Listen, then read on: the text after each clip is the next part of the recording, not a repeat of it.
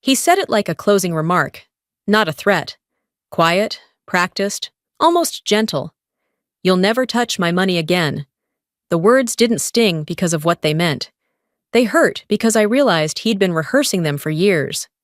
That single sentence carried every dinner I sat through, pretending not to see the texts under the table. Every birthday forgotten. Every apology that sounded more like an invoice.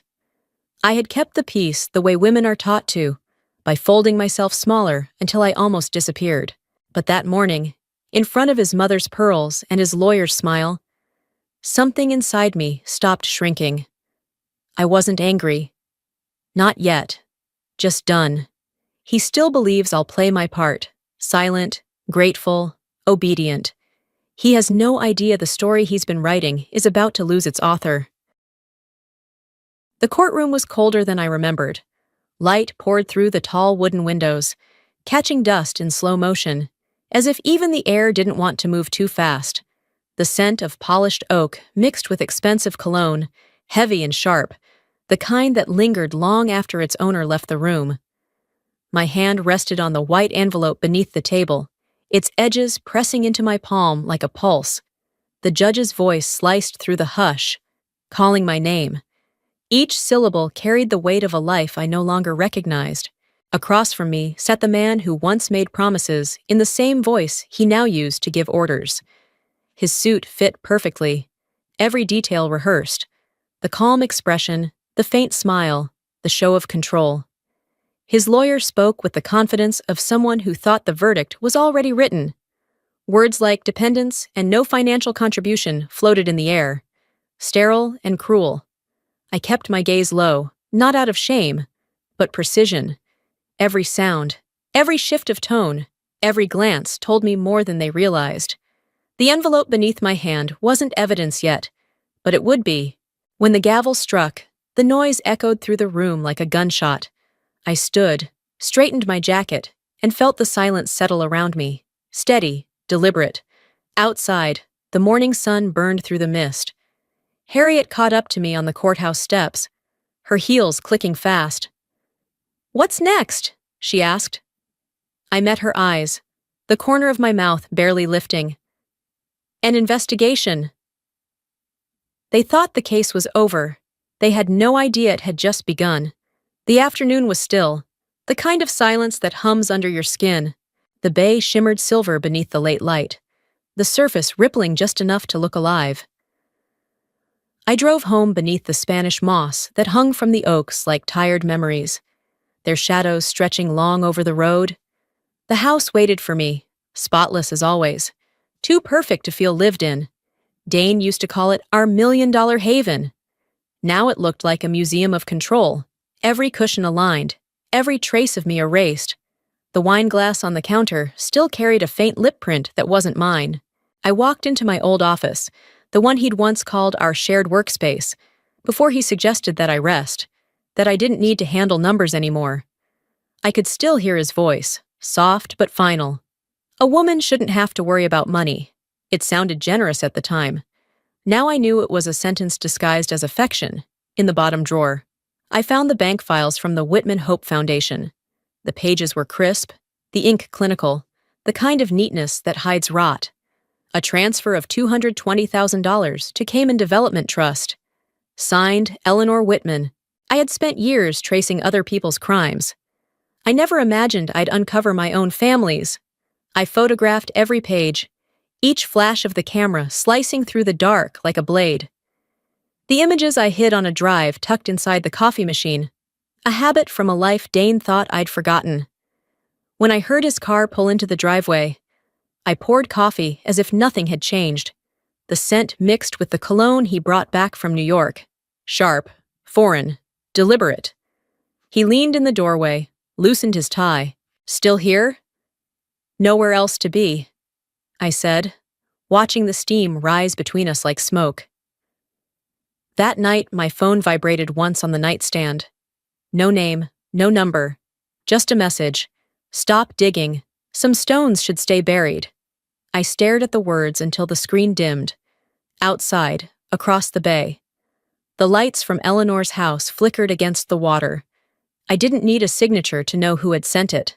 Something in me cooled then, not fear, not anger, just clarity. Whatever they were hiding was about to surface, and I intended to be the one standing on shore when it did. The storm moved in slow, steady waves that night, rain tapping the windows like restless fingers. From upstairs, I reactivated the old security feed Dane thought I'd disconnected years ago. The screen blinked to life in shades of gray. Two figures appeared in the camera's glow, Eleanor and Claire. Claire hesitated by the study door, her umbrella dripping onto the tile. "You know what to take," Eleanor whispered. "Whitman Development Holdings, top drawer. Hurry!" Claire's voice trembled. "We shouldn't be doing this." Eleanor's laugh was soft, cruel. "What's wrong is letting that woman keep what doesn't belong to her." I shut the monitor off. My pulse jumped, but my hand stayed steady. If they were stealing files, it meant the files mattered, and now I knew exactly which ones. By morning, my laptop was dead. Black screen, blank emails, everything wiped clean. Harriet called before I could curse aloud. "He's petitioning for a mental evaluation," she said. "Claims you're unstable, unfit to manage finances. It's his way of locking you out." I almost laughed. He forgets who taught him to forge a balance sheet. That afternoon, I bought a new drive, copied every document, and split the data 3 ways. One I hid beneath the floorboard of my office, another in the glove compartment, the last labeled coffee receipts, and slid into the kitchen cabinet between sugar and filters. That evening, we sat across from each other at dinner, the quiet between us sharper than knives. He studied me the way a man studies a lock he can't open. "Still writing those little notes of yours?" he asked finally. I looked up, met his eyes. "No, I'm just remembering what I used to forget." He smirked, mistaking composure for surrender. He had no idea that the files he thought were stolen were bait, and that the trap was already set, with his mother's fingerprints all over it. Outside, thunder rolled over the bay, low and distant. Inside, the house held its breath, waiting for the storm to find its way in. Charleston hung under a low sky that smelled like rain and rust. I sat in a corner cafe on Broad Street, the kind of place where time slowed just enough to think. Across from me, Eli Navarro stirred his coffee without drinking it, watching me with the quiet patience of someone who knew too much. "You know this is dangerous," he said. "You've done this work before. If you keep going, you'll lose everything." I didn't blink. "I already have. Now I just want the truth." I slid a folder across the table, the transfer to Cayman Development Trust, Eleanor's neat signature at the bottom. Eli frowned. "Any direct proof?" "Not yet, but I can get it." He handed me a small box. Inside was a black pen, smooth, weighty, voice-activated. He said, 8 hours of battery. Use it wisely." When I held it, something inside me woke up. Once, I'd hunted crimes for the government. Now, I was hunting one for myself. That night, Dane hosted another dinner. His laugh was too loud, too perfect. Claire sat beside him, her hand trembling on her glass. When he saw me, he smiled. "Still remember how to pour a drink?" I poured, pressed the button on the pen, and listened. Claire's voice slipped through the hum of conversation. "The Cayman transfer's complete," she said.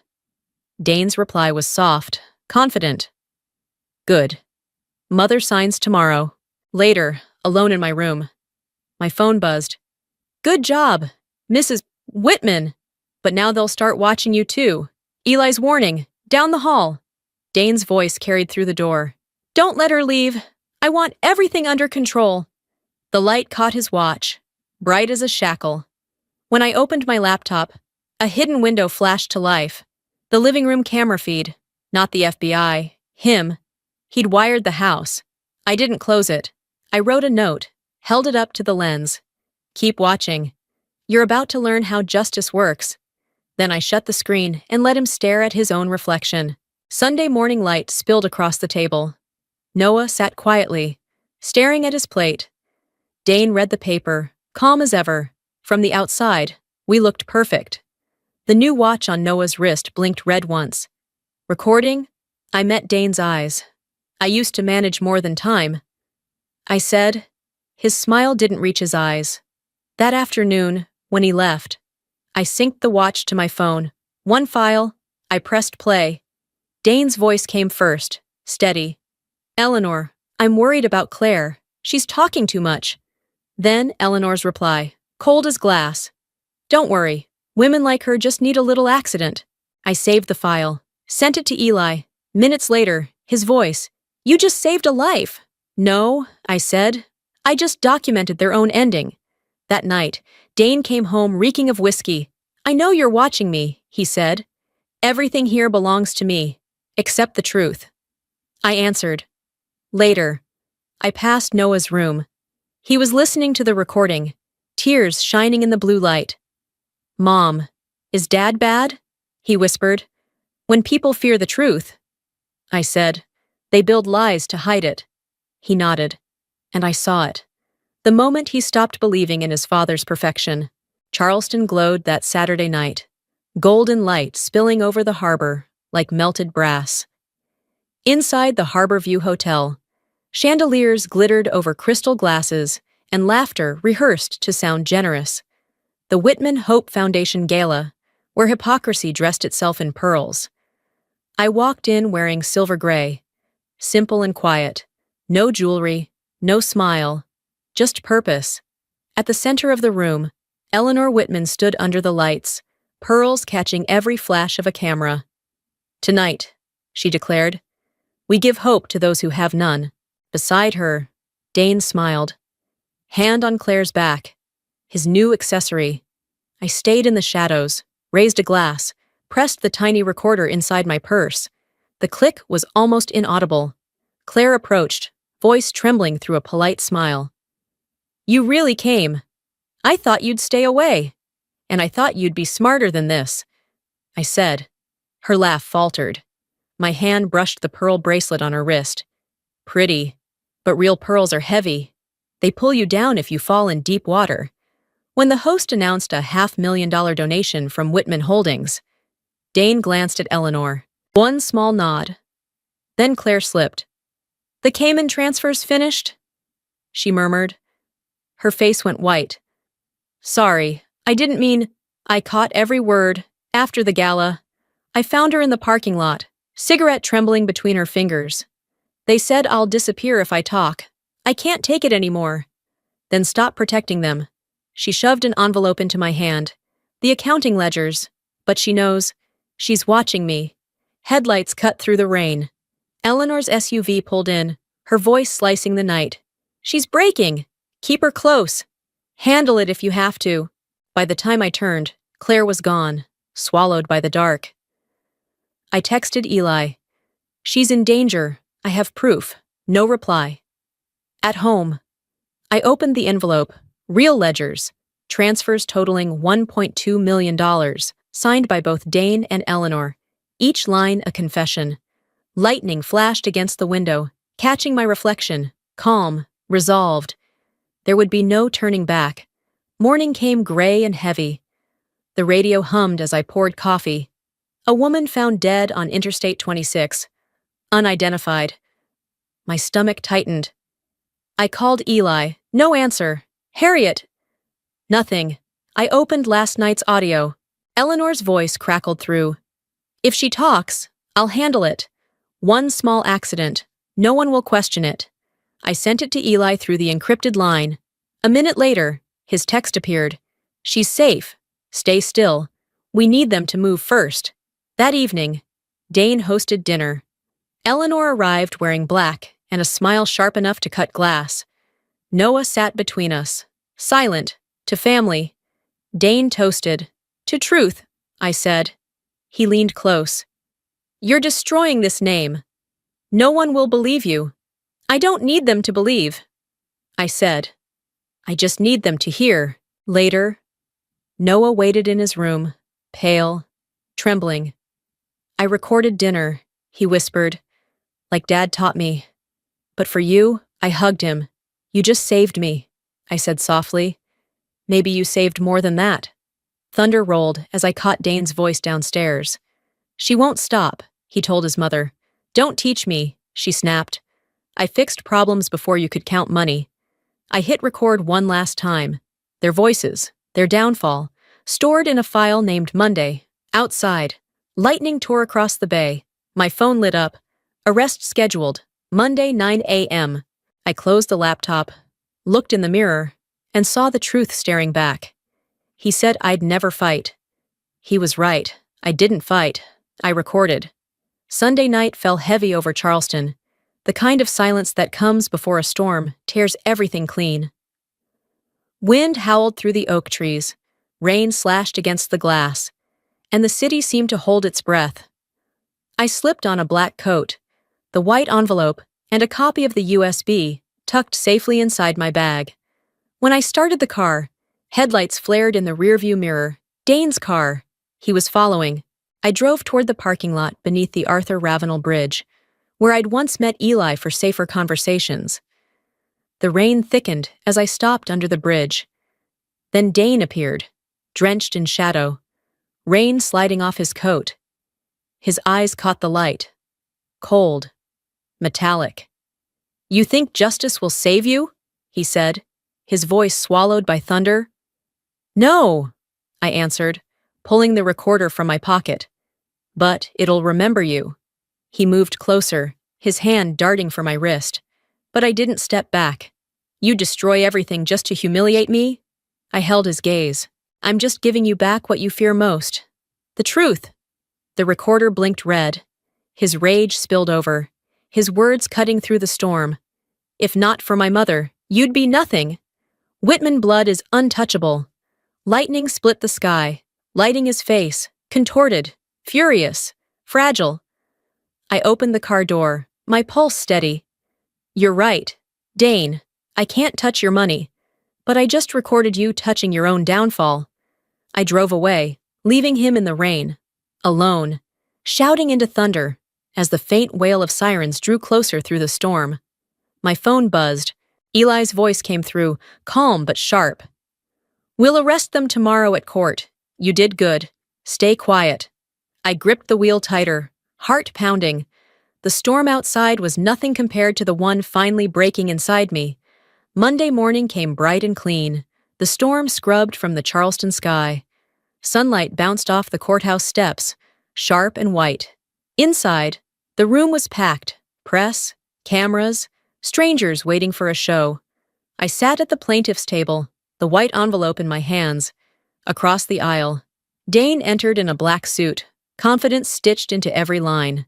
Eleanor followed, pearls gleaming like armor. Claire sat in the back row, pale, head down. His lawyer began smoothly, calling me unstable, vindictive, desperate. I let him talk. When silence fell, I rose and placed the envelope before the judge. "Your Honor, this contains my cooperation report with the FBI and the evidence you've requested." The courtroom went still. Judge Eleanor Green flipped through the pages, her lips twitching before she let out a quiet, genuine laugh. "Mrs. Whitman," she said, "this may be the most efficient submission I've ever received." The rear doors opened. Eli and two agents entered, badges glinting. "Dane Whitman, Eleanor Whitman, you are under arrest for money laundering, obstruction, and conspiracy." Dane went pale. "You don't know what you've done." "No," I said. "I just gave back what you stole." As they were led away, Claire stood trembling. "I'll testify," she whispered. And justice, for the first time, had a voice and a little laughter to go with it. 3 months later, spring returned to Charleston. White magnolias bloomed along the bay, their scent drifting through open windows. I sat in my small office at Whitman Analytics, the company I'd built from the wreckage. On the wall behind me hung a framed line in clean black letters. "Financial independence is emotional freedom." Noah, now a college freshman, stepped in and placed an envelope on my desk. "Mail from the court," he said. Inside was a letter from Judge Green. "Your cooperation prevented a financial collapse in South Carolina's real estate sector. Justice has its own sense of humor." I read it twice, then smiled. No bitterness, no triumph, only peace. Stepping out onto the balcony, I watched the sunlight dance on the water. The bay shimmered like glass, calm and infinite. He was right, I thought. I never touched his money. I built my own. The wind lifted my hair, carrying the scent of salt and magnolia blossoms. For the first time in years, I didn't feel small, or hidden, or owed. I felt free, exactly as I had promised myself the day I walked out of that courtroom. Justice, it turned out, didn't roar. It simply smiled,